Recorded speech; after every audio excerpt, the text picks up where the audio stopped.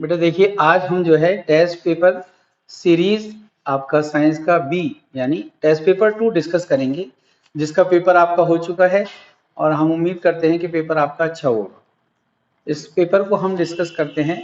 जैसे इसमें first question है, vulture can see dash as far as we can, यानी गिद्ध जो है वो कितने दूरी तक देख सकता है, कितने गुना जो है वो देख सकता है। तो इसमें ऑप्शन है 2 time, 3 time, 4 time, none of these. तो जो आम तौर से ये कहा जाता है कि गिद्ध जो है वो कितने टाइम देखता है, 4 टाइम, 4 गुना जो है आप दूरी, 4 गुना की दूरी जो है वो देख सकता है। तो फर्स्ट का ऑप्शन क्या होगा आपका, फर्स्ट का आएगा आपका ए, फर्स्ट का ऑप्शन आएगा सॉरी सी, यानी 4 टाइम्स। तो वल्चर जो है कितने टाइम सी कर सकता है, एज फार 4 टाइम। ओके, अब सेकेंड क्वेश्चन है, elephant are hunted for their skin, tusk, both and B, none of this, यानी हाथी का जो शिकार किया जाता है वो किस वजह से किया जाता है, किस मकसद से किया जाता है, उसकी खाल की वजह से, उसके दांत की वजह से। ऑप्शन बोथ एंड बी, दोनों सही है, या नन ऑफ दिस, या इसमें से कोई नहीं होगा। तो हम जानते हैं कि एलिफेंट का जो शिकार या हाथी का जो शिकार किया जाता है उसके दांतों की वजह से किया जाता है, उसके दांत जो है कीमती माने जाते हैं। तो ऑप्शन इसमें क्या आएगा बेटा, सेकेंड क्वेश्चन में ऑप्शन आएगा आपका बी, टास्क। ओके, सेकेंड का ऑप्शन है आपका B, tusk, TUSKS, tusk. Third question है आपका, tiger can see better than human, यानी टाइगर, चीता जो है वो कितना गुना जो है इंसान से अच्छी तरह से देख सकता है। तो tiger can C 6 time, 4 time, 3 time. तो ऑप्शन करेक्ट इज 6 टाइम, 6 गुना जो है टाइगर ह्यूमन से अच्छे से देख सकता है, यानी ह्यूमन से भी ज्यादा कितने गुना अच्छा देख सकता है वो, 6 टाइम्स। तो answer is B option, third का आंसर है B, 6 times. Okay, next question है बेटा, फोर्थ क्वेश्चन है हमारा, tiger's roar can be heard up to, यानी जो चीते की जो दहाड़ है, टाइगर की जो दहाड़ है या चीते की दहाड़ है वो कहां तक दिखाई देती, मतलब कहां तक सुनाई देगी हमें, सॉरी, कितने दूरी तक हम उसको सुन सकते हैं। 3 किलोमीटर, यानी 3000 मीटर और 3 किलोमीटर तक हम इसकी रोर जो है, इसकी जो साउंड है उसको हम सुन सकते हैं। तो 4 का ऑप्शन आएगा आपका B, the answer is 3 kilometre. Okay, next question है हमारा fifth question, which animal are found there, यानी जिम कॉर्बेट नेशनल पार्क है, तो ये कह रहे हैं कि जिम नेशनल कॉर्बेट पार्क में कौन सा जानवर जो है खास तौर पे पाया जाता है। तो वहां पर क्या पाया जाता है, tiger, lion, deer, none of this, कह रहे हैं। तो वहां पर जो है टाइगर यानी चीता जो है जिम कॉर्बेट नेशनल पार्क का जो एक खास जानवर है जो वहां पर पाया जाता है। तो फिफ्थ का आंसर होगा आपका ए, फिफ्थ का answer A, the answer is tiger. तो जिम कॉर्बेट पार्क जो है वो किस जानवर के लिए फेमस है, टाइगर के लिए। ओके, नेक्स्ट क्वेश्चन है, only types of snake in India are poisonous, यानी इंडिया के अंदर कितने तरह के सांप हैं जो जहरीले माने जाते हैं, जिनको कहा जाता है कि ये जहरीले। 2 types, 4 type, 3 type, 5 type. The answer is 4 type, 4 तरह के जो स्नेक हैं इंडिया के अंदर उनको क्या है, जहरीला माना जाता है या पॉइजनस माना जाता है। तो 6 का आंसर आएगा बी, 6 का answer B, 4। Okay, next 7, question number 7 है हमारा, क्वेश्चन 7 देखते हैं। 7 क्वेश्चन क्या है हमारा, क्वेश्चन नंबर 7 है, snake are the friend of farmer, यानी सांप जो है वो जो है स्नेक को जो है फार्मर का जो है फ्रेंड कहा जाता है, यानी सांप को जो है किसान का दोस्त कहा जाता है। क्यों, as they eat the rat in the field, क्योंकि वो चूहों का शिकार कर लेता है, चूहों को खा जाता है। Eat the insect in the field, या जो इंसेक्ट्स होते हैं फील्ड के अंदर उनको खा जाता है। बोथ एंड भी, क्या दोनों ऑप्शन करेक्ट है, या नन ऑफ दिस, या कोई भी करेक्ट नहीं। तो स्नेक जो है किसके फार्मर फ्रेंड है, फार्मर्स के। क्यों, क्योंकि स्नेक जो है जो फील्ड के अंदर जो रैट्स होते हैं उसको खा जाते हैं। तो करेक्ट ऑप्शन इज 7A, 7 का ऑप्शन ए है। तो they eat the rats in the field, तो किसको खा जाते हैं, वो रैट्स को फील्ड में खा जाते हैं। ओके, इसलिए हम क्या कहते हैं, snake are the friends of farmer, यानी स्नेक जो है फार्मर के, किसान के दोस्त है। The temperature of our stomach is about, हमारे पेट का जो टेम्परेचर है वो कितना होता है, 20 degree Celsius, 30 degree, 34 degree, none of these. The correct answer is 30 degree. तो कितना टेम्परेचर होता है स्टोमक का? 30 degree Celsius. The option B is correct. Eighth answer is B option, 30 degree Celsius. This is the correct answer. Now we go through ninth question. Digestive system consist of. Digestive system के अंदर क्या क्या होता है? Mouth. Digestion हम जानते हैं आमतौर से माउथ से शुरू होता है, क्योंकि हम जब खाना चबाते हैं तो वो कहाँ से चबाते हैं? दांतों के जरिए माउथ से चबाते हैं। वो खाना जो है फिर हमारा फूड पाइप में जाता है, फूड पाइप से फिर स्टोमक में पहुंचता है, फिर बाद में स्मॉल इंटेस्टाइन वगैरह में। तो इसका मतलब ये क्या हुआ कि सारे ऑप्शन इसके करेक्ट हैं। इन तीनों जगह पर जो है डाइजेस्टिव सिस्टम जो है होता है, इन तीनों के जरिए डाइजेस्टिव सिस्टम होता है। The correct option is all of these. Answer इसका क्या होगा? डी 9 का, all of these. All of these. Okay. The next question is 10 question. Spoiled bread has on it. जो खराब ब्रेड होती है, सड़ी ब्रेड होती है, तो उसके ऊपर कौन सी चीज होती है? बैक्टीरिया होता है, वायरस होता है, फंगस होता है, नन ऑफ दीज। तो हम जानते हैं कि जो ब्रेड खराब हो जाती है तो उसके ऊपर फफूंद आ जाती है, जिसको हम कहते हैं फंगस। तो answer is C. Correct answer is C, fungus. 10 का आंसर सी होगा आपका, फंगस। ओके। तो नेक्स्ट क्वेश्चन इज 11। 11 क्वेश्चन में हमारा पूछा है, in which state is Atreyapuram district. Atreyapuram district जो है एक आंध्र प्रदेश का जो है डिस्ट्रिक्ट है, जो आंध्र प्रदेश में पाया जाता है। यानी ये स्टेट जो है आंध्र प्रदेश है, इसमें जो है एट्रियापुरम डिस्ट्रिक्ट जो है वहां पर पाया जाता है। यानी वहां का डिस्ट्रिक्ट जो है, ये एट्रियापुरम डिस्ट्रिक्ट कहाँ का है? आंध्र प्रदेश का। Okay, the correct option is A. 11th का A answer, Andhra Pradesh. Okay, Andhra, ANDHR, Andhra, Andhra Pradesh. Okay, we write as AP भी लिख सकते हैं हम इसको, ANDHA। So we write, we rub there. Okay, no problem, इसको हम AP ही लिख देते हैं। करेक्ट आंसर इसका क्या होगा हमारा? AP। AP means Andhra Pradesh. Okay, now correct 12 question. 12 question हमारा, different method of food preservation. खाने को जो है, खाने की हिफाजत के जो अलग अलग मेथड्स हैं, अलग अलग प्रोसेस हैं, वो कौन कौन से? Fermentation, drawing, freezing, all of these. ये सारे प्रोसेस ऐसे होते हैं जिसके जरिए खाने को बचाया जाता है या स्टोर किया जाता है। तो answer is correct, all of these. 12 का आंसर क्या होगा आपका? All of these. Means D option is correct, all of these. Question number 13। Next 13 question है हमारा, name the country from where green bhindi came to India.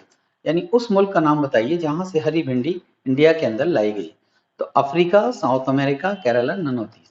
तो Africa जो है एक ऐसा मुल्क है जहां से हमारे इंडिया के अंदर ग्रीन भिंडी को लाया गया। तो answer is A, Africa. Answer क्या होगा इसका? Africa. A option is the correct answer. Now 14 question. Question number 14 is Al Biruni came from. Al Biruni जो है इंडिया में कहां से आया? ईरान से, इराक से, उज्बेकिस्तान से, नन ऑफ दीज। तो correct answer is Uzbekistan. Al Biruni जो है उज्बेकिस्तान से इंडिया के अंदर आया। ओके, तो 14 correct option is C, Uzbekistan. Okay, Uzbekistan. Next question 15 question हमारा। अब इसके बाद 15 क्वेश्चन आएगा। 15 क्वेश्चन हम लिखते हैं। 15 question here we come here this side. 15 question हमारा है कि 15 क्वेश्चन क्या है? Which of the following plant grow by the process of stem cutting. यानी स्टेम को उगाकर जो है कौन सा पौधा जो है इसमें से उगाया जाता है? आलू उगाया जाता है, रोज, गुलाब, स्वीट पोटैटो, शकरकंदी, या ऑल ऑफ दीज। तो करेक्ट आंसर हम जानते हैं कि रोज जो होता है, गुलाब जो होता है, वो स्टेम कटिंग के जरिए होता है। तो करेक्ट आंसर इज रोज। 15 का करेक्ट ऑप्शन क्या होगा? B, the answer is rose. Next 16 question. आपका 16 क्वेश्चन में पूछा है, sycamore seeds have these special part to help them in disperse through air. तो स्काईमोर सीड्स जो है एक ऐसा बीज है जो इसके अंदर स्पेशल पार्ट, खास पार्ट होता है जो डिस्पर्जल थ्रू एयर में उसकी हेल्प करता है। तो ऐसा क्यों होता है? क्योंकि हेयर ही ग्रोथ होते हैं यानी उसके बाल नुमा जो है स्ट्रक्चर होता है, या विंग लाइक स्ट्रक्चर, ऐसा पर नुमा स्ट्रक्चर होता है, या आईज होती हैं या सीट कोट। तो करेक्ट आंसर है विंग लाइक स्ट्रक्चर। उसका स्ट्रक्चर कैसे होता है? विंग्स की तरह से होता है, इसलिए वो एयर के जरिए जो है डिस्पर्स हो जाता है। तो correct answer is 16 B. 16 correct answer is B, wing like structure. Okay, next question number 17। Question 17 here we ask deep winter sleep of animal called, यानी कुछ जानवर हमने देखा है कि वो डीप विंटर स्लीप यानी सर्दियों में जो है वो गायब हो जाते हैं, वो सो जाते हैं। तो ये प्रोसेस क्या कहलाता है? माइग्रेशन कहलाता है। माइग्रेशन तो नहीं हो सकता, माइग्रेशन का मतलब तो होता है एक जगह से दूसरी जगह जानवर का माइग्रेट कर जाना, चला जाना। हाइबरनेशन कहते हैं विंटर स्लीप को। बोथ ए एंड बी नहीं हो सकता। आंसर क्या होगा करेक्ट? हाइबरनेशन। हाइबरनेशन का मतलब है सर्दियों में छिपकली वगैरह जैसे कोई जानवर हैं वो क्या है गायब हो जाते हैं, यानी वो सोने चले जाते हैं। सर्दी से अपने आप को बचाने के लिए क्या है वो डीप विंटर स्लीप लेते हैं। तो इस प्रोसेस को हम बेटा क्या कहते हैं? हाइबरनेशन। तो 17 का करेक्ट आंसर है बी, हाइबरनेशन। ओके, इसको हम क्या कहते हैं? Hibernation. Next 18। 18 question is that 18 question में हमसे पूछा है is a home for migratory bird, यानी वो कौन सा मुल्क है जहां पर चिड़िया जो है एक जगह से दूसरी जगह माइग्रेट कर कर सबसे ज्यादा आती हैं। तो इसका आंसर है इंडिया, पाकिस्तान, बांग्लादेश ने। तो आंसर क्या आएगा? इंडिया, क्योंकि इंडिया को क्या है? होम कहा जाता है, घर कहा जाता है माइग्रेटरी बर्ड्स का, ऐसी चिड़ियों का जो एक जगह से दूसरी जगह माइग्रेट करके आती हैं ताकि अपनी जान जो है बचा सके। मान लीजिए सर्दी हो रही है बहुत ज्यादा तो वो गर्म इलाके में आ जाती हैं, और गर्मी हो रही है तो ठंडे इलाके में ज्यादा चली जाती हैं। तो ये इंडिया जो है क्या है? It is a home for migratory bird. India जो है हमारा मुल्क जो है माइग्रेटरी बर्ड के लिए क्या है? घर है, उनका घर है। तो इसलिए इसका करेक्ट आंसर क्या होगा बेटा? 18 का A, India. Okay, next question number 19। Question 19 हमारा क्या है? क्वेश्चन 19 में पूछा है they help a fish in changing direction in water. अब मछली जो है अपना जो डायरेक्शन बदलती है पानी के अंदर, तो वो किसके जरिए बदलती है? गिल्स के जरिए, स्केल्स के जरिए, ऑक्सीजन के जरिए। तो किसके जरिए? टेल फिन के जरिए। टेल फिन जो है वो स्ट्रक्चर होता है जिसके जरिए वो क्या है? अपना डायरेक्शन चेंज करती है। तो correct answer is A, tail fin. Okay, next question number 20 है there are bones in the skull. Skull के अंदर जो खोपड़ी होती है उसके अंदर कितनी जो है हड्डियां होती है? 20, 22, 23 नन। तो वो जो स्ट्रक्चर होता है स्कल का वो 22 बोन्स को कंबाइन करके बनता है, 22 बोन्स उसके अंदर होती है। तो करेक्ट आंसर क्या होगा 20 का? बी।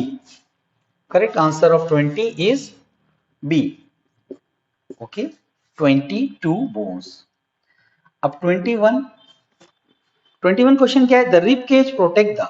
रिब केज जो है हड्डियों का ढांचा होता है, तो वो ये कह रहे हैं कि रिब केज जो है वो किसको प्रोटेक्ट करता है? हार्ट को, लंग्स को, बोथ एंड। वो दोनों की हिफाजत करता है, हार्ट की भी हिफाजत करता है और लंग्स की भी हिफाजत करता है। तो करेक्ट आंसर क्या होगा? Both A and B. 21 का करेक्ट ऑप्शन क्या होगा? C, both A and B.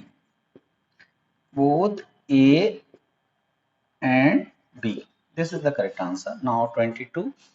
22 question है which joint found in shoulder and hip region, यानी हमारे शोल्डर में और हिप रीजन में, दिस रीजन में कौन सा जॉइंट पाया जाता है?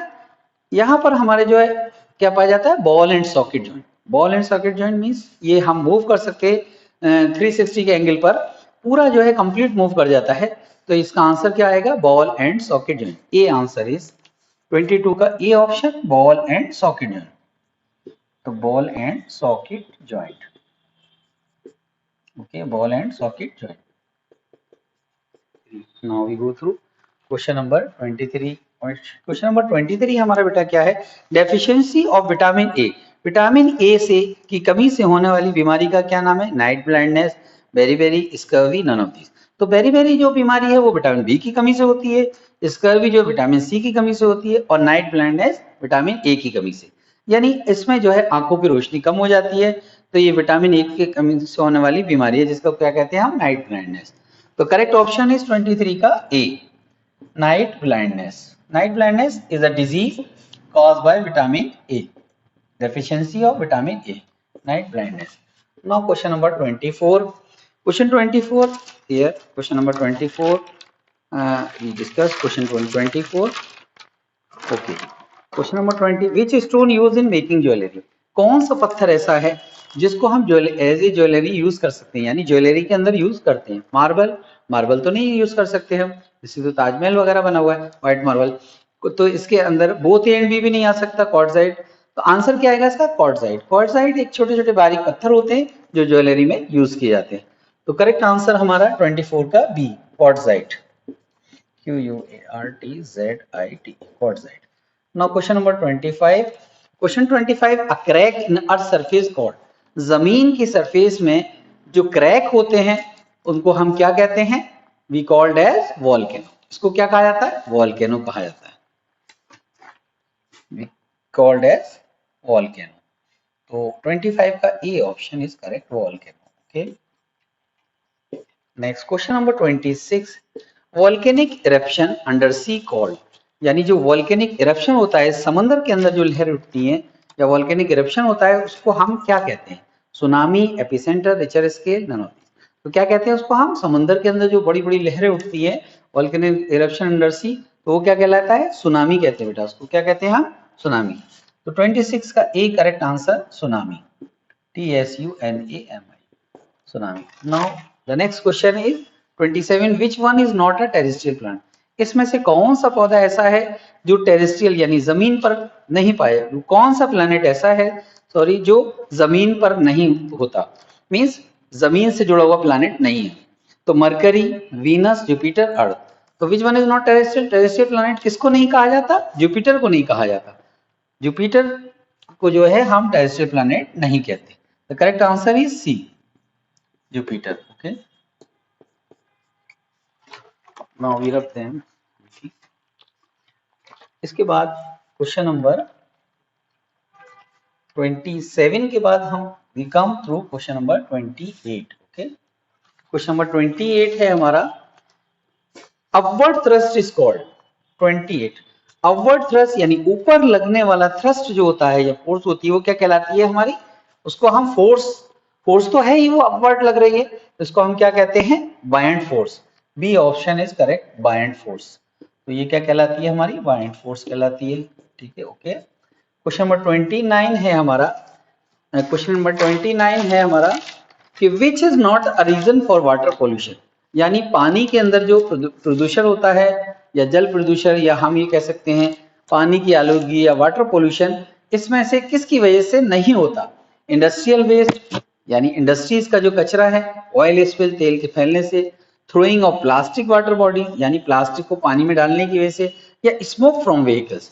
तो क्या आएगा आंसर करेक्ट, ये पूछ रहा है नॉट अ रीजन यानी रीजन नहीं हो सकता वाटर पोल्यूशन का, तो करेक्ट ऑप्शन है स्मोक फ्रॉम व्हीकल्स, क्योंकि ये एयर पोल्यूशन से जुड़ा हुआ है, वाटर पोल्यूशन से नहीं जुड़ा हुआ, इसलिए करेक्ट ऑप्शन क्या होगा, डी। 29 का correct option D, smoke from vehicles, smoke from vehicle is the correct answer because it is related with air pollution. तो ये बेटा किससे जुड़ा हुआ है, एयर पोल्यूशन से। हमसे पूछ रहा है वाटर पोल्यूशन से का कौन सा रीजन नहीं हो सकता, तो यही नहीं होगा। नेक्स्ट है which one is not correct, कौन सा इसमें सही नहीं है, एयर ऑक्यूपाई स्पेस, हवा जो है इस जगह घिरती है, एयर एक्सर्ट प्रेशर, हवा का दबाव होता है, एयर इज कलरफुल, एयर जो है कलरफुल होती है, एयर हैज हीट। तो देखिए A B C D all option are correct, but C is wrong because air is colourless, air क्या है, कलरलेस होती है। तो 30 का आपका ऑप्शन बेटा क्या आएगा, C, this is wrong, air is colourful, air colourful नहीं होती because air is colourless. Okay, तो आंसर इज 30 का सी। इस वीडियो में आपका इस्तकबाल है। उम्मीद है कि आपका ये जो पेपर है बहुत ही अच्छा गया होगा, क्योंकि तकरीबन तमाम जो नुकात है, जो उसके पॉइंट है, वो करा दिए गए थे। जाइए हम इस पेपर को डिस्कस करते हैं। हम इस पेपर के जो सवाल हैं उसके जवाबात जो सही है वो हम आपको बता रहे हैं। तो इस पेपर में जो आपके उर्दू सब्जेक्ट है उसका जो 31 यानी 31वां सवाल था, यानी उर्दू का पहला और आपके पेपर के हिसाब से 31वां जो सवाल था, उसका सवाल ये है कि जदीद का मुतज़ाद क्या है, यानी जो लफ्ज़ जदीद है उसका मुतज़ाद अपोजिट क्या होगा। तो उसका जो सही जवाब है वो ये कदीम, यानी जो क्या नाम है, पहले जो क्वेश्चन है उसका जो जवाब है वो ए है, कदीम। जदीद के माने होते हैं नए के। जदीद के माने नए हैं, नया का अपोजिट जो होगा पुराना होगा, कदीम के माने पुराना है। तो इसमें जो है वो आपको जदीद के अपोजिट, जदीद का अपोजिट जो है वो कदीम होगा। और इसमें जो दिए हुए हैं वो कदीम के बाद फिर नया दिया हुआ है, नया तो खुद उसके माने में है और खूबसूरत तो इससे मुतालिक है नहीं, तो लिहाजा जो होगा सही जवाब है जदीद का वो अपोजिट वो कदीम है।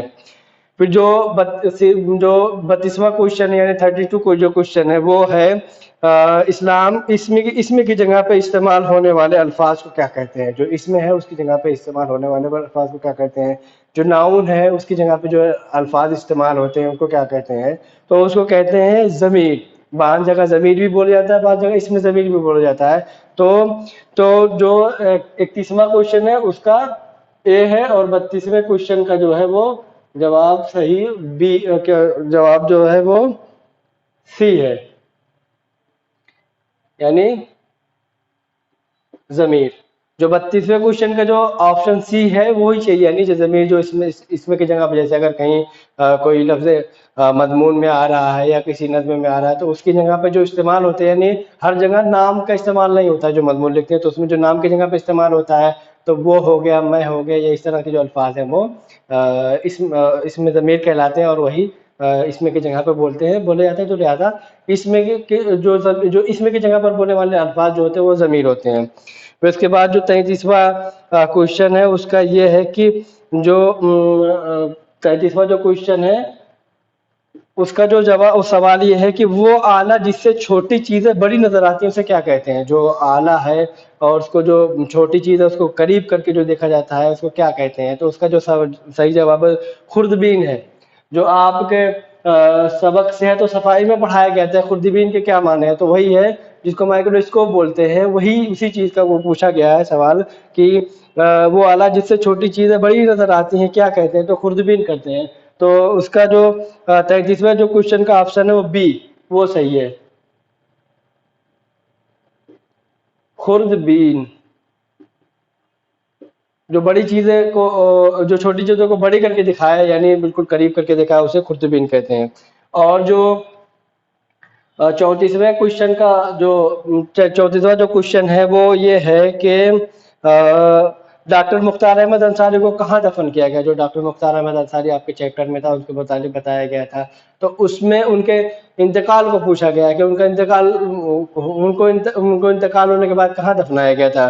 तो इससे पहले जो क्वेश्चन में पूछा गया था वो किस यूनिवर्सिटी के वाइस चांसलर अमीर जामिया बनाए गए, तो उसको जामिया मिल्लिया के इस्लामिया के चांसलर बनाया गया था। तो उनको जो दफन किया गया है और जो उनकी तदफीन हुई है तो वो जामिया मिल्लिया इस्लामिया के कब्रिस्तान में है। तो ये इसका जो क्वेश्चन है 34वां का वो ये है question number A, option number 1 Jamia Millia Islamia की कब्रिस्तान में।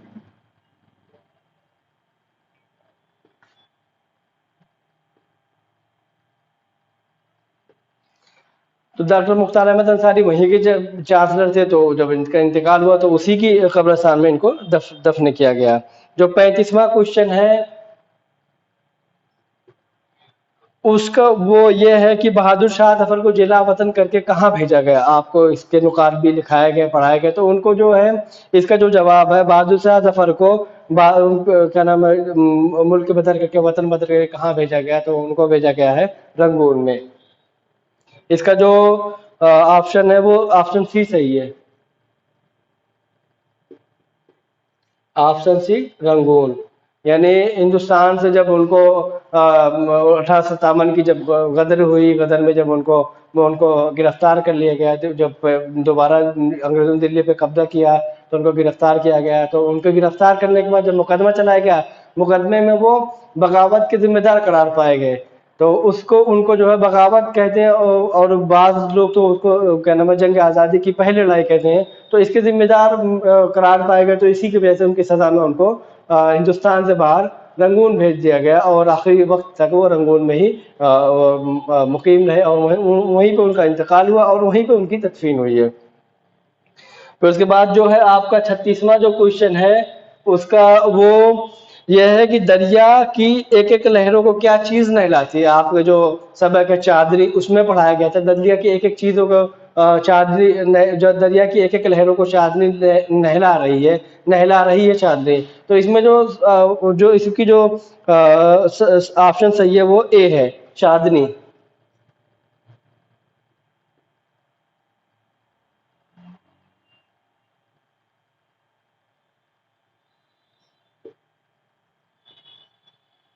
जो आपने नज़्म में पढ़ी थी चांदनी, उसी में ये क्या नाम है इसका बयान है। और ये क्या नाम है दरिया की जो एक एक लहरें हैं उसको गोया की चांदनी जब नहला रही है, तो उसी को इसमें पूछा गया है। और ऑप्शन क्वेश्चन नंबर 37,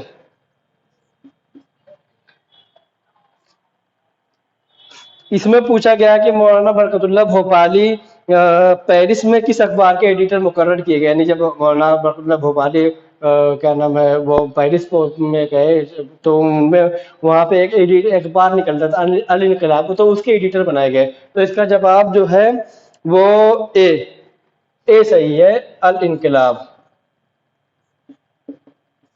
मौलाना बरकतुल्लाह भोपाली अल इनकलाब के एडिटर बनाए गए।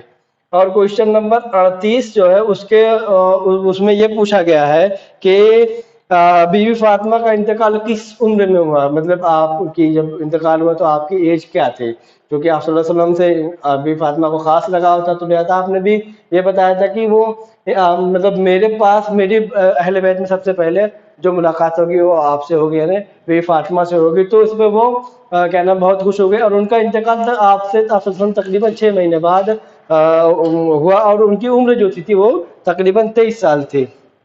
तो इसका जो ऑप्शन है ऑप्शन सी सही है, 23 साल की उम्र में। हमारी 20 सीरीज शुरू होती है। उसका पहला क्वेश्चन है कि मेघ किसका पर्यायवाची है। मेघ किसका पर्यायवाची है। ऑप्शन में दिया हुआ है बादल, हाथी, पक्षी, मोर। तो आपको याद होगा एक बड़ी प्रसिद्ध कविता है कि दो दो मेघ बरसते मैं प्यासी की प्यासी। दो दो मेघ बरसते मैं प्यासी की प्यासी। इसका अर्थ हुआ कि इसका सही उत्तर होगा बादल। अगला क्वेश्चन है भारत का राष्ट्रगान किस पुस्तक से लिया गया है। इस प्रश्न में अक्सर विद्यार्थी कंफ्यूज हो जाते हैं कि सही जवाब क्या है। कभी वो कुछ लगाते हैं, काव्यांजलि लगाते, कभी गीतांजलि लगा देते हैं, कभी भारत भारती। क्वेश्चन है कि भारत का राष्ट्रगान किस पुस्तक से लिया गया है। तो इसका सही जवाब होगा भारत का राष्ट्रगान किस पुस्तक से लिया गया है।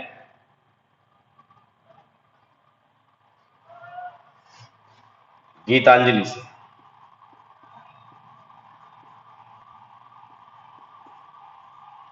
भारत का राष्ट्रगान गीतांजलि से दिया गया है। इस क्वेश्चन में क्वेश्चन नंबर 2 में भारत का राष्ट्रगान किस पुस्तक से दिया गया है। ऑप्शन में दिया गया है सी, गीतांजलि। ठीक है। अगला सवाल है क्वेश्चन नंबर 3।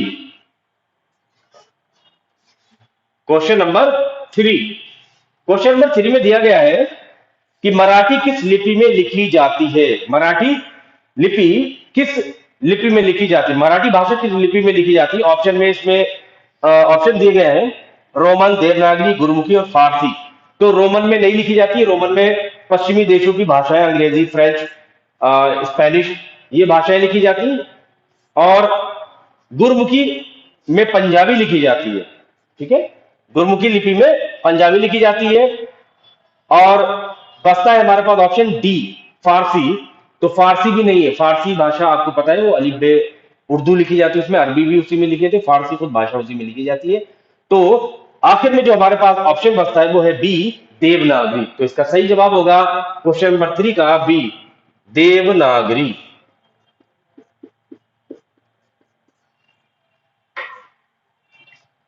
अगला क्वेश्चन है क्वेश्चन नंबर 4। सारंग किसका पर्यायवाची है।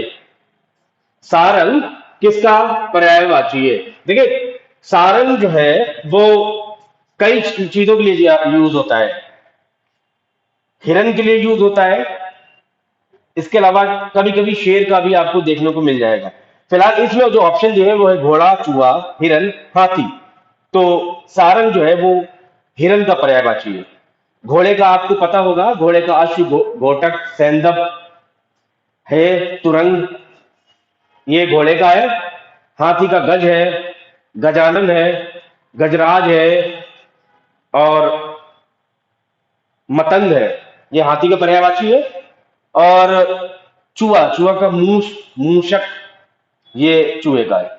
क्वेश्चन नंबर 5, विश्व हिंदी दिवस कब मनाया जाता है? क्वेश्चन नंबर 5, विश्व हिंदी दिवस कब मनाया जाता है? ऑप्शन में जो भी दिया हो आपको ये बात याद रखना है, कंफ्यूज बिल्कुल नहीं होना है। यहां पर जो ऑप्शन दिए वो 10 जनवरी, 14 फरवरी, 14 सितंबर और 22 फरवरी। तो इसका जो विश्व हिंदी दिवस कब मनाया जाता है, तो उत्तर होगा 10 जनवरी। और यहां पर मैं एक और बात बता दूं कि अक्सर सवाल आपसे पूछा जाता है हिंदी दिवस कब मनाया जाता है। ध्यान रखिए, हिंदी दिवस कब मनाया जाता है? हिंदी दिवस जो है वो मनाया जाता है 14 सितंबर। हिंदी दिवस, या फिर यहीं पे देख लीजिए राजभाषा दिवस भी कहते हैं इसे।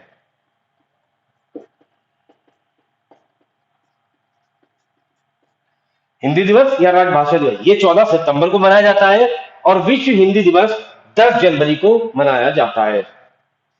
यहां पर जो आपके ऑप्शन दिया हुआ है वो ए है, 10 जनवरी ऑप्शन में ए दिया गया है। क्वेश्चन नंबर 6, क्वेश्चन नंबर 6 है, इनमें से सही वर्तनी है, इनमें से सही वर्तनी है। वर्तनी में ऑप्शन जो दिए गए हैं वो दिए गए हैं कि कवित्री, कवियत्री, कवियत्री और कवि की स्त्री। पहला जो है कवियत्री, ये बिल्कुल गलत है।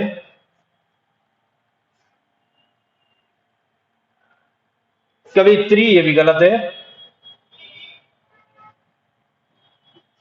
और ये ऑप्शन कविधनियत्री ये सही है, कवि की स्त्री ये गलत है।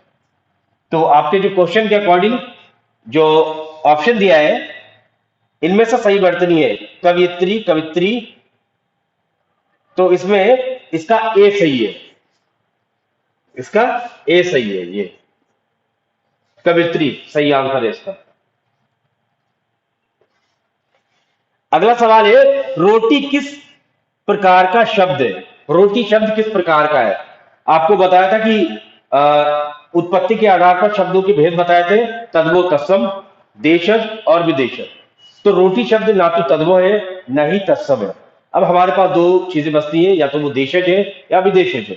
तो रोटी जो है वो विदेशज है, रोटी शब्द विदेशज है, ध्यान रखिए। और अगर कभी पूछा जाए किस भाषा के, तो बताइएगा तुर्की भाषा का है।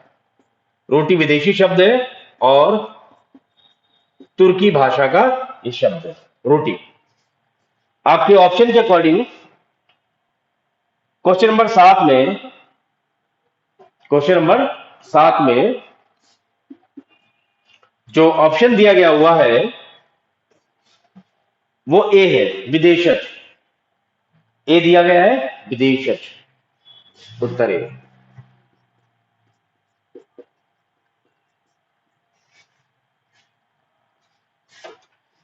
क्वेश्चन नंबर 8 और इस सीरीज का अंतिम है कि विद्यालय शब्द में कौन सा सूत्र लगेगा? विद्यालय में कौन सा सूत्र लगेगा? तो देखिए हम यहां पर शब्द को लिख लेते हैं। विद्यालय जो शब्द है वो विद्याधन आलय, ऐसे अलग किया है, ये दो शब्दों से मिलाकर बनाया गया है, ठीक है।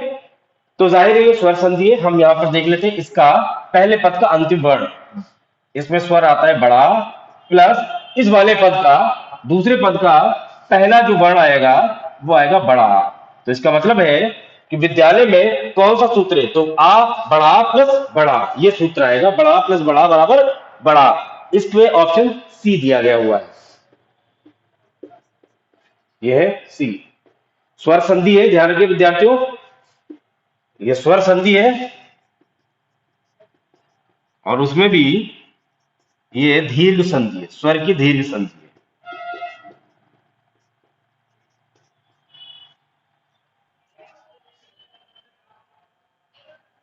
Okay. So I hope that your series A test paper went good. Even if you still have any doubt, you can check back the previous video. So let's move to English series B test paper. Starting with question number 1. Alright.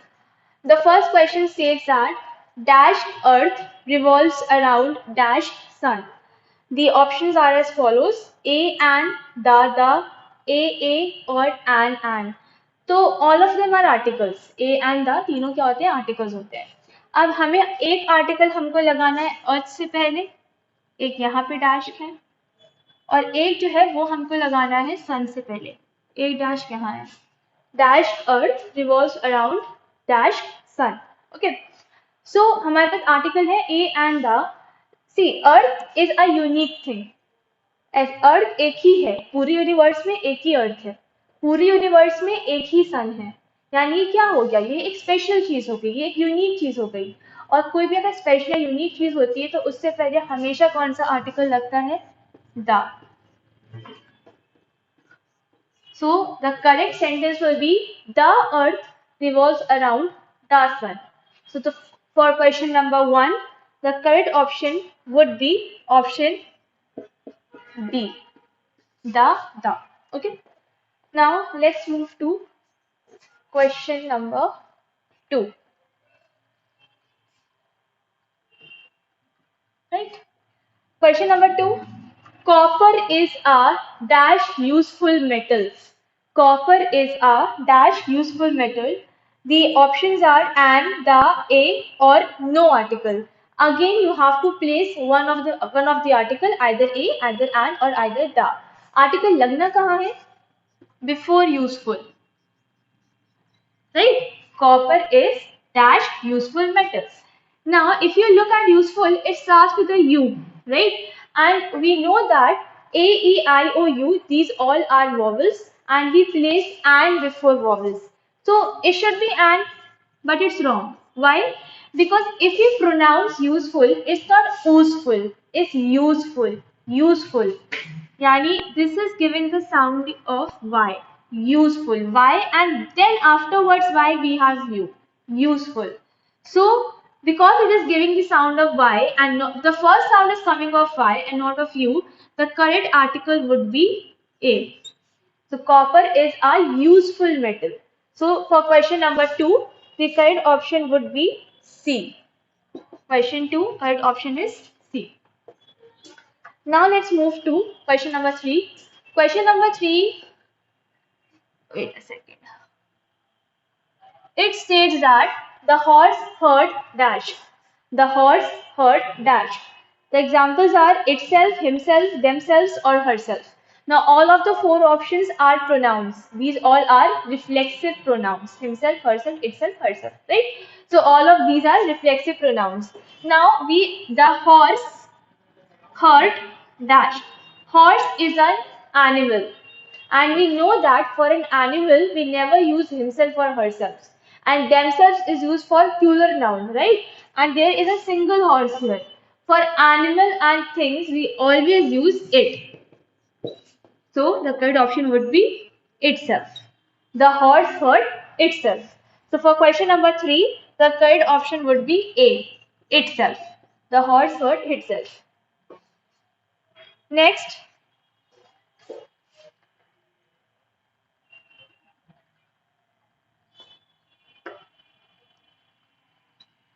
The book you see on the table cost me. Okay, the book dash you see on the table cost me ₹2. The book dash you see on the table cost me ₹2. You have to fill that, who, whom or which. The book dash you see on the table cost me ₹2. the book that you see on the table cost me rupees 2. Options are that, who, whom, or which. Now, all of these, they can be relative pronoun, that, who, whom, which. Now, you have already learned in class, but again, या तो यहाँ that आएगा या यहाँ which आएगा. Who और whom नहीं आ सकता. Why? Because who refers when the subject is doing work. Whom refers when something is done to the subject. None of the options is happening here. So either is that or it is which, right? Now I told you in class as well that when we apply that, that is applied to an information which is very necessary in the sentence. If that information get removed, the sentence sense will get altered. But if you talk about which, if I add which here, right? And if I remove this whole information, the sentence still remain, the book cost me rupees 2. Yani, the sentence is still giving full sense. The sentence information is not altered. So the correct option would be which, because which is added with additional information and that is added with non-additional information. So for question number 4, the correct option would be D, which is which. Next question.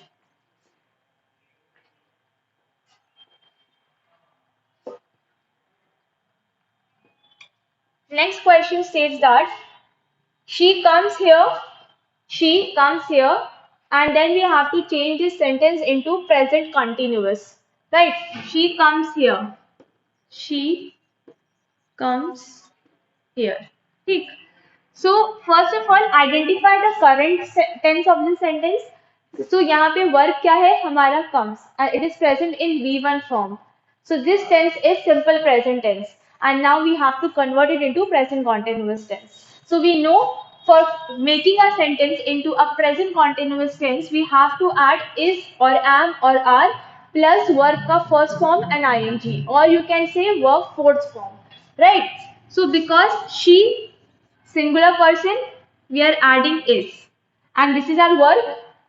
We have to add v1 plus ing, v1 plus ing, v1 plus ing.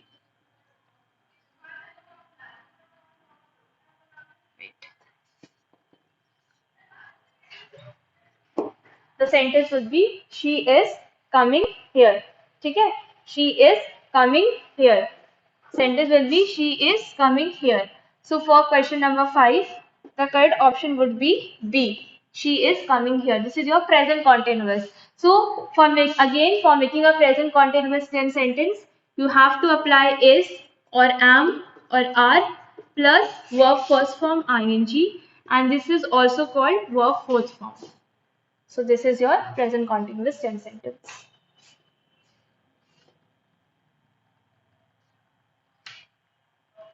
Next question. I cook food. Convert this into simple past tense. I cook food. The current tense is simple present tense. Cook in the V1 form. For converting it into simple past tense, we just have to convert V1 form into V2 form. So I, same, food, same, and just V1 to V2. So V1 is cook, the V2 form cooked. I cooked food. So this would be the simple past tense of the above sentence. So for this question, the correct option would be C. I cooked food. Now pick the correct spelling. Next question. Question number 7. Pick the correct spelling. The word is studied. Studied. So how will you identify what is the correct spelling of studied? We have already learned this in class. Now if you pronounce the word studied. So the word studied. अब confusion यहाँ से आता है कि STUDIED होगा या STUDEID D होगा या STUDEED होगा, ये कंफ्यूजन क्रिएट करता है। तो स्टडीड, अब आपको इतना पता है, इतना आपको पता है, आप यहाँ कंफ्यूज हो जाओगे, ये IE होगा या EI होगा या EE होगा, ये आप कंफ्यूज हो जाओगे। तो कैसे आइडेंटिफाई करना है? Studied, it is giving you sound of 2 E's, right? Studied, E, ये साउंड आ रहा है, 2 E का साउंड आ रहा है। So whenever you are getting the sound of 2 E's, you will always apply first I and then E. So the correct spelling will be STUDIED, because you are getting the sound of 2 E. Other examples of the same can be thief, THIEF, again sound of 2 E, thief. ठीक है? So whenever you're getting a sound of 2 E, you can first apply I and then you will apply E. So for this question, the correct option will be A. Okay? Next is plural of city. Question number 8.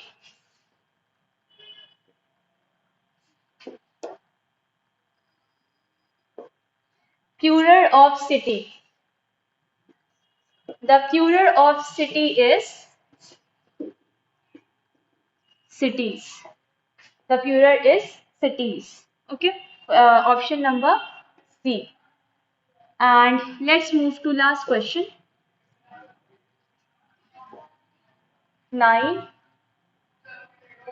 Feminine of wizard. Feminine of wizard. Now wizard is a bad fairy. We have fairies, right? Fairies can be good, fairies can be bad. So the wizard is a bad fairy and the feminine of wizard is witch. Witch. If you look at the other option, empress, ठीक है? Empress is emperor, tigress, tiger, landlady, landlord. So which is the feminine of wizard? Okay, so correct option will be option number B. So this complete your English test paper series B. I hope it is clear to you. Every question is crystal clear. आज हम test series maths की series B का जो second test है जो हो चुका है आपका, और उम्मीद करते हैं कि वो टेस्ट आपका अच्छा हुआ होगा। उसके क्वेश्चंस जो है हम डिस्कस करेंगे कि किस तरह से उनको सॉल्व किया जाता है और क्या क्या उनके आंसर्स होंगे। पहला है, इसमें 56 क्वेश्चन है। Form the smallest number using the digit 0, 9, 5, 7, 3 and 4। यानी इन डिजिट को मिलाकर 56 क्वेश्चन में देखिए डिजिट क्या है हमारे 0, 9, 5, 7, 3 एंड 4। तो बेटा देयर आर 1, 2, 3, 4, 5 एंड 6 डिजिट। तो अब इन 6 डिजिट को हमें मिलाकर सबसे छोटा नंबर बनाना है। अगर हम मान लिए 0 अगर पहले लिख देंगे तो बेटा वो 5 डिजिट रह जाएगा। तो हम किस तरह से बनाएंगे इसको 3, 0, 4, 5, 7, 9। तो this is the correct answer. क्या होगा इसमें, ये सबसे छोटा स्मॉलेस्ट डिजिट आपका नंबर कहलाएगा। तो 56 का आंसर क्या हो गया आपका ए।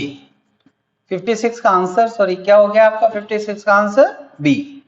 तो correct answer is B option 3, 0, 4, 5, 7, 9। इन नंबर्स को मिलाकर इस कॉमा अगर नहीं भी लिखें तो नो प्रॉब्लम, तो आपको लिख दिए 3, 0, 4, 5, 7, 9। This is the smallest number by using digit 0, 9, 5, 7, 3 and 4। In 6 digit को मिलाकर जो सबसे छोटा नंबर बनाए तो वो क्या होगा हमारा 3, 0, 4, 5, 7, 9। The correct option is B. तो 56 का ऑप्शन क्या हो गया बी। अब हम 57 क्वेश्चन पर आते हैं। 57 क्वेश्चन क्या है, add MCX।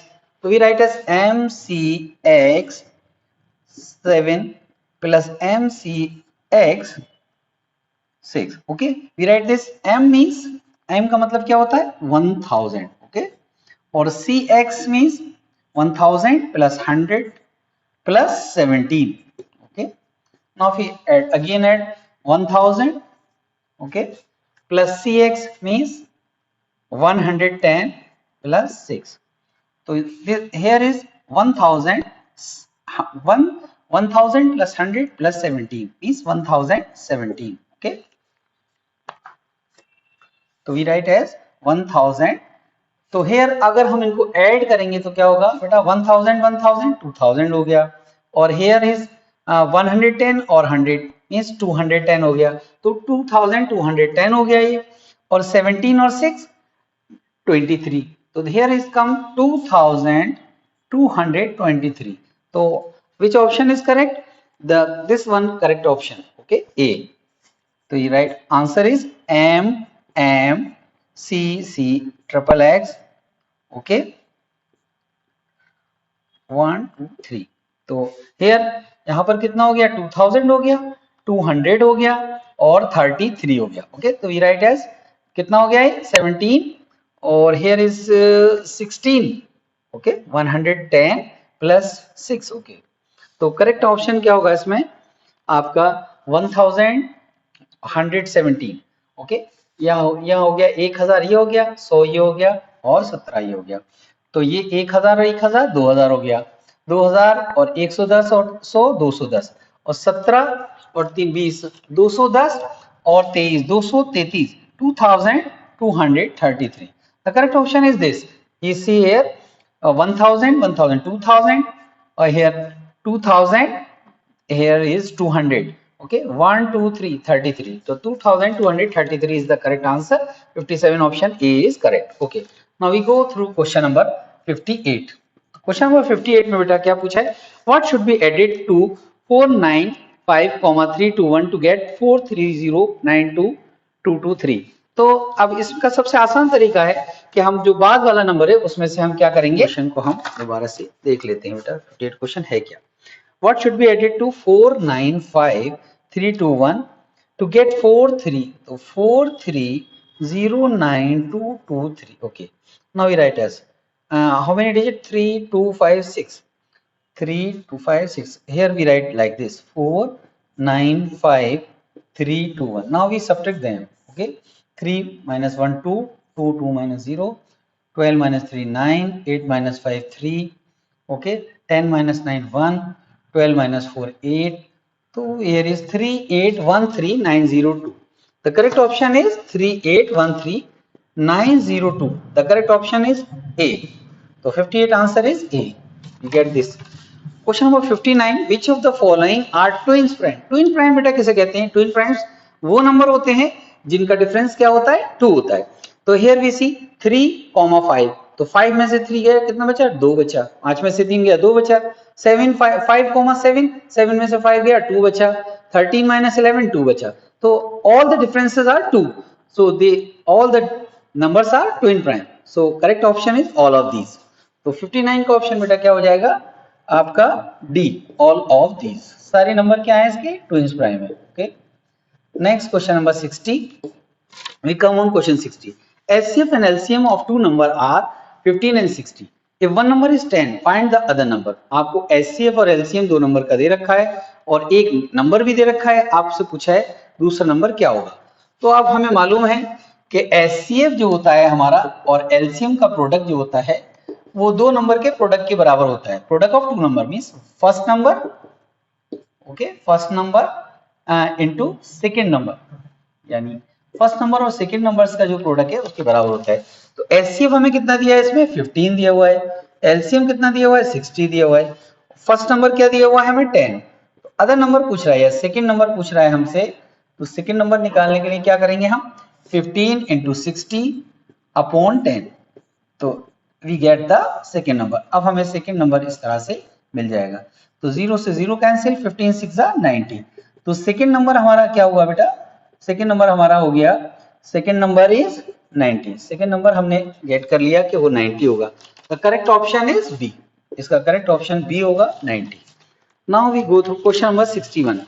A fraction in which numerator greater than और इक्वल डिनोमिनेटर, यानी वो फ्रैक्शन जिसमें न्यूमरेटर ग्रेटर देन या इक्वल डिनोमिनेटर के होगा तो वो क्या कहलाता है? Improper fraction. इस तरह के फ्रैक्शन को हम क्या कहते हैं? Improper fraction. तो इम्प्रॉपर फ्रैक्शन कहां पर है हमारा? बी ऑप्शन में. This is improper fraction. Okay, तो 61 का ऑप्शन क्या होगा? B, improper fraction. Now we go through 62 question. A mix fraction is a form. Mix fraction किस फॉर्म में होता है? मिक्स फ्रैक्शन होता है quotient into remainder upon quotient into remainder upon divisor. Okay, we write this. तो Q into R upon D, और हम इस तरह से भी लिख सकते हैं QR बाई D.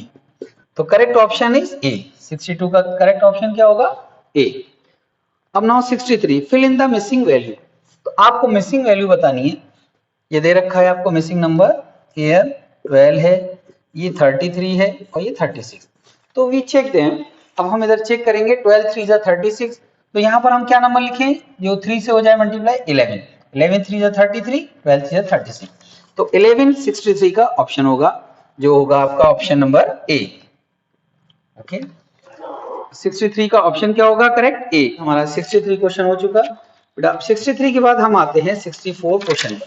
64 क्वेश्चन हमारा क्या है? The product of fraction and reciprocal is always, यानी किसी भी नंबर का, किसी भी फ्रैक्शन का और प्रोडक्ट और उसका रेसिप्रोकल का प्रोडक्ट क्या होता है? 1 होता है। तो 64 का ऑप्शन क्या होगा हमारा? ए। The answer is 1। कभी भी हम जो है फ्रैक्शन का और उसके रेसिप्रोकल का प्रोडक्ट करते हैं तो क्या आता है? 1। सपोज करिए 3/4 और 4/3, इन दोनों नंबर का हम प्रोडक्ट करें इनके रेसिप्रोकल का, तो 3 से 3 कैंसिल, 4 से 4 कैंसिल, तो प्रोडक्ट क्या आया? 1 आया। तो करेक्ट ऑप्शन क्या होगा? ए। 64 का correct option A. Now we go through 65। अगर आपको 2.34 और 4.89 का प्रोडक्ट 11.4426 है, तो find the value of 23.4 multiply 48.9। Okay, तो अब हम इसको कैसे करेंगे? देखिए, इधर 1 के बाद पॉइंट, इधर 1 के बाद पॉइंट, तो 2 के बाद पॉइंट हो गया। तो जब हम इनको मल्टीप्लाई करेंगे तो क्या आएगा हमारा? 1144.26 और दिस ऑप्शन इज ए। तो correct option is A. A option जो है हमारा इसका करेक्ट आंसर आ जाएगा। 66 क्वेश्चन क्या है हमारा? 66 क्वेश्चन में 1000 पार्ट ऑफ 60। 1000 पार्ट ऑफ 60 का मतलब होता है 1/1000 पार्ट ऑफ 60, यानी आपका ये आएगा 60/1000। तो जब हम 60/1000 को लिखेंगे, 0 से 0 कैंसिल हो जाएगा, तो ये आएगा हमारा 6/100 के बराबर। तो 6/100 को हम बेटा कैसे लिखते हैं डेसिमल में? 0.06। It is equal to 0.06 and 0.06 option is D. Okay, 66 का ऑप्शन क्या होगा? D. 67 question, what percent is 3 of 20? ये कह रहा है कि 3 जो है 20 के अंदर कितना परसेंट होगा। तो क्वेश्चन नंबर 67 में है हमारा 3 जो है वो पूछ रहा है 20 का कितना परसेंट होगा। Means 3 of 20। अब किस तरह से करेंगे इसको हम? 3/20 इंटू 100। तो जब हम 20 से 100 को कैंसिल करेंगे 5 आएगा, तो 5 3 जा 15। कितना परसेंट होगा? 15%। तो 67 का करेक्ट ऑप्शन इज बी। अब हमारा 68 आ गया। 68 क्वेश्चन में क्या है हमारा? Find the value of quantity as percentage. Percentage में इसकी वैल्यू निकालनी है। तो ₹5 अपॉन रुपीज, ओके, 5 पैसा, 5 पैसा अपॉन 5 पैसा ऑफ ₹5। तो ₹5 यहां लिख लेते हैं हम। ओके, 5 पैसा इधर आ गया। ₹5 में कितने पैसे होंगे बेटा? 500, क्योंकि 1 रुपीज कितने के बराबर होता है? 100 पैसा के। तो 5 रुपीज कितना हो गया? 500 पैसा इंटू 100 कर देंगे हम। तो 100 5 जा 500। जब हम 5 को 5 से डिवाइड करेंगे तो क्या आएगा आंसर? 1। तो इट इज इक्वल टू 1%। 68 का ऑप्शन क्या आएगा आपका? बी, 1%। 69 आपका क्वेश्चन है, इफ 2% ऑफ नंबर इज 4। अगर 2% किसी नंबर का 4 है तो 4% क्या होगा? अब जाहिर सी बात है 2% नंबर का क्या है? 2% ऑफ नंबर इज 4, यानी 4 है, तो जस्ट इसका डबल कर देंगे हम। तो डबल क्या हो जाएगा? 4 मल्टीप्लाई 2। तो करेक्ट आंसर इज 8। तो इसका करेक्ट आंसर क्या आएगा? 8। 69 का करेक्ट आंसर होगा आपका बी, 8। ओके, अब इस क्वेश्चन 70 है कि reflex angle is more than 180 but less than. Reflex angle जो होता है, रिफ्लेक्स एंगल किसको कहते हैं? जो 180 से ज्यादा हो लेकिन 360 से कम हो। तो इसमें 360 ऑप्शन कौन सा है हमारा? सी। तो 70 का आंसर आएगा 360। Okay, C option. 71, in any circle the measure of the is the greatest. Circle के अंदर कौन सी चीज जो है सबसे ज्यादा बड़ी होती है?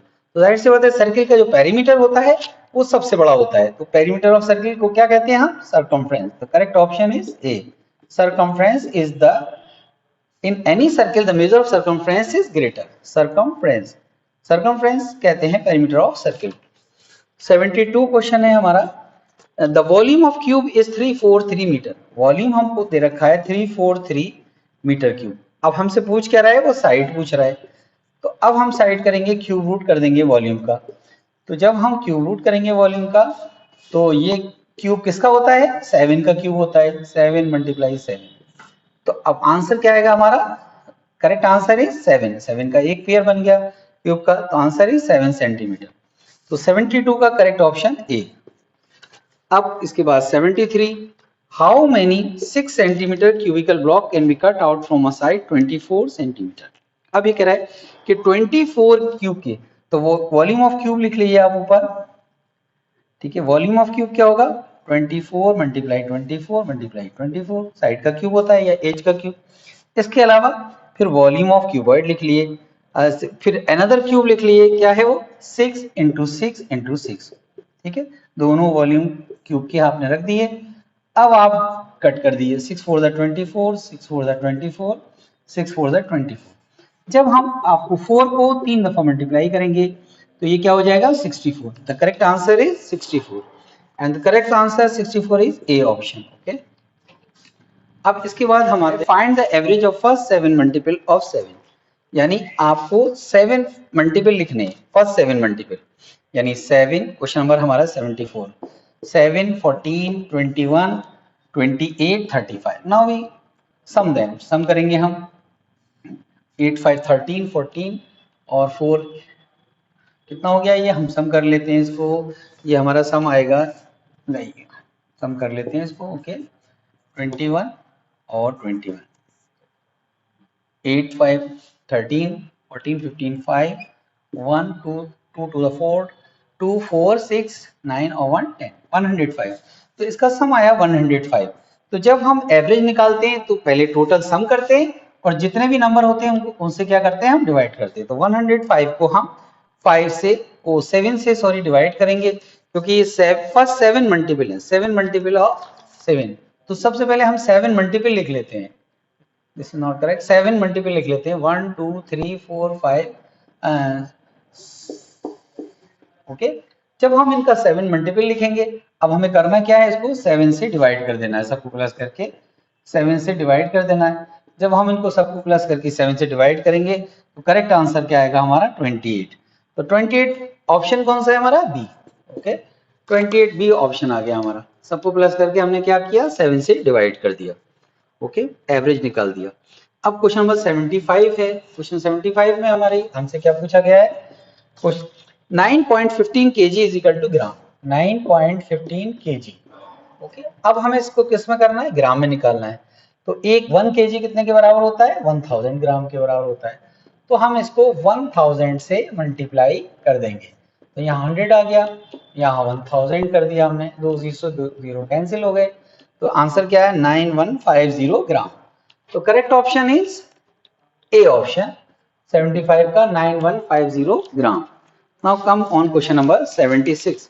अब हम इसके बाद 76 क्वेश्चन पर आए, इसका 76 क्वेश्चन देखते हैं। 76 क्वेश्चन क्या है इसका, गो थ्रू ऑन 76 क्वेश्चन। 76 में क्वेश्चन नंबर 76 में हमसे पूछा गया है, convert 5 days 3 hour into our.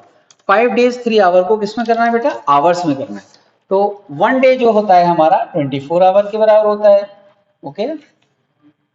तो हम इसको 5 को पहले मल्टीप्लाई करेंगे 24 से, फिर 3 आवर्स इसमें प्लस कर देंगे। तो 5 4 द 20, 5 2 द 10, 120 हो गया प्लस 3 आवर्स, तो ये हो गया हमारा 123 आवर्स के बराबर हो गया। तो 123 आवर्स के बराबर क्या हो गया हमारा, 5 डे 3 आवर्स। तो 5 डे 3 आवर्स को हमने आवर्स में किया तो 123 आवर्स आ गया। तो ये किसका ऑप्शन है, बी ऑप्शन में 123 आवर्स। 77 में हमसे क्या पूछा गया है, convert into 24 hour clock time. अब 5 PM है, 5 PM इज, अब हमें इसमें 1200 ऐड कर देना है जस्ट। तो जब हम 1200 ऐड करेंगे तो क्या आएगा, ये यहाँ पर कितना है हमारा 5 है, 12 और 5 17 हो जाएगा, तो 1700 आवर्स आ जाएगा, ओके। तो ये आ जाएगा हमारा 1700 आवर्स। तो we write as 12 hour add कर देते हैं इसमें, क्योंकि 24 आवर क्लॉक में जोड़ा गया है, तो 1700 आवर्स आएगा इसमें, ओके। अब नेक्स्ट है क्वेश्चन नंबर 77 का ऑप्शन क्या था, ए, ओके। अब 78 में हमसे पूछा गया है कि फातिमा वेंट अब्रॉड, फातिमा जो है 18 फरवरी को अब्रॉड गई 2016 में और 27 डेज के लिए अब्रॉड गई, व्हेन शी रिटर्न बैक। तो अब जब हम 18 फरवरी को वो जो अब्रॉड गई है और फिर 27 दिन जो है वहां पर रही है, तो 18 फरवरी हम 28 में से 18 फरवरी घटाएंगे, कितना बचेगा, 10 दिन वो आ जाएगा, ठीक है। और इधर कितने दिन है इसके पास, इधर 27 डेज बाद लौटी है वो, तो इधर 17 दिन कम हो जाएंगे। मीन्स आंसर क्या आएगा इसका 78 का, ए आएगा 16 मार्च 2016।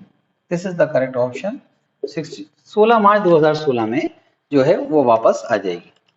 क्वेश्चन नंबर 79 में हमसे क्या पूछा गया है, करेक्ट फॉर्मूला पूछा गया है कि इसमें कौन सा करेक्ट है। तो लॉस परसेंट हम निकालते हैं तो लॉस अपॉन सीपी इंटू 100 होता है, प्रॉफिट परसेंट निकालते हैं प्रॉफिट अपॉन सीपी इंटू 100 होता है। तो ये दोनों फॉर्मूले करेक्ट हैं, तो आंसर क्या आएगा 79 का C, both are correct, both A and B, दोनों ही फॉर्मूले सही है। अब इसके बाद 80 क्वेश्चन है हमारा। 80 में क्या है, कंप्लीट पैटर्न। अब हमें पैटर्न बताना है 6, 16, 26 और 36। अब आप देखिए इसमें 10 का फर्क है, यहाँ 10 का फर्क है, यहाँ 10 का, यहाँ पर 10 का फर्क है बेटा। फिर नेक्स्ट 10 हम जोड़ेंगे 36 के बाद तो क्या होगा 46। तो correct answer is 46, B option 80 का।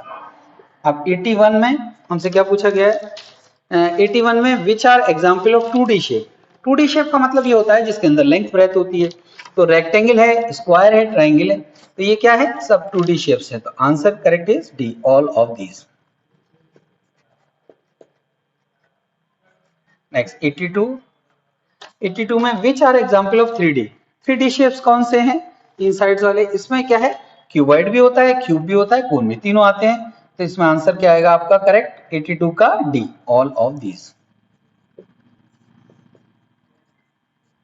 अब 83 में बेटा, 83 में आपसे क्या पूछा गया है, which geometrical shape has more than 5 line of symmetry. 5 line of symmetry से ज्यादा किसमें होती है, सर्किल। सर्किल आंसर आ जाएगा इसका, okay. Correct answer is C, okay. 84 में आपसे क्या पूछा गया है, टेलीमार्क्स। 25 को टेलीमार्क्स में हमें लिखना है, तो 25 को टेलीमार्क्स में हम लिखने के लिए क्या करेंगे, 84 क्वेश्चन देखिए इस तरह से हम जब कैंसिल करते हैं, ये 5 के बराबर हो गया, फिर ये 5 10 हो गया, ये इस तरह से, फिर 15, फिर 20 और फिर इस तरह से 25।